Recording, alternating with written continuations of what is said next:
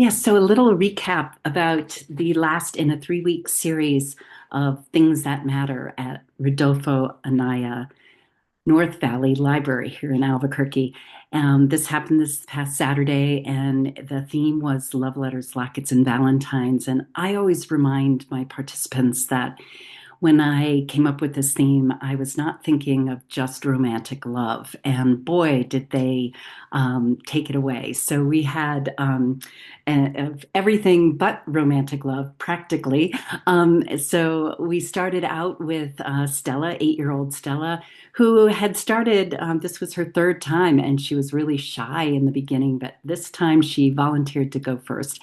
And she brought her little heart-shaped, fuzzy, um, journal that her grandmother, Celia, a good friend of mine, ours, had given to her.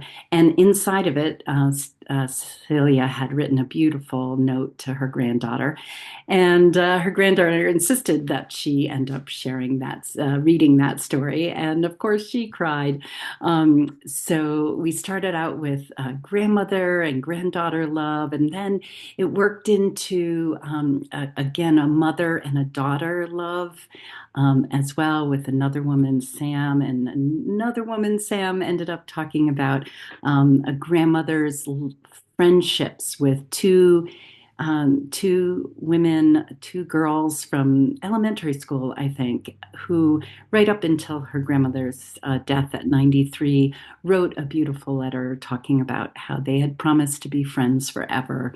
And then a sister's poem to another sister, and then a return poem read at that sister's funeral. So love between siblings. And then we had a young man talk about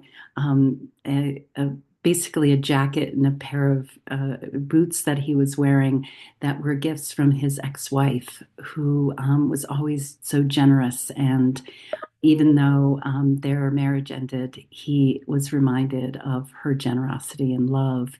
And then it went into another grandfather's, a grandparent's story that didn't seem typically like there was a concern that the grandparents really didn't love these grandchildren. But in retrospect, little notes and,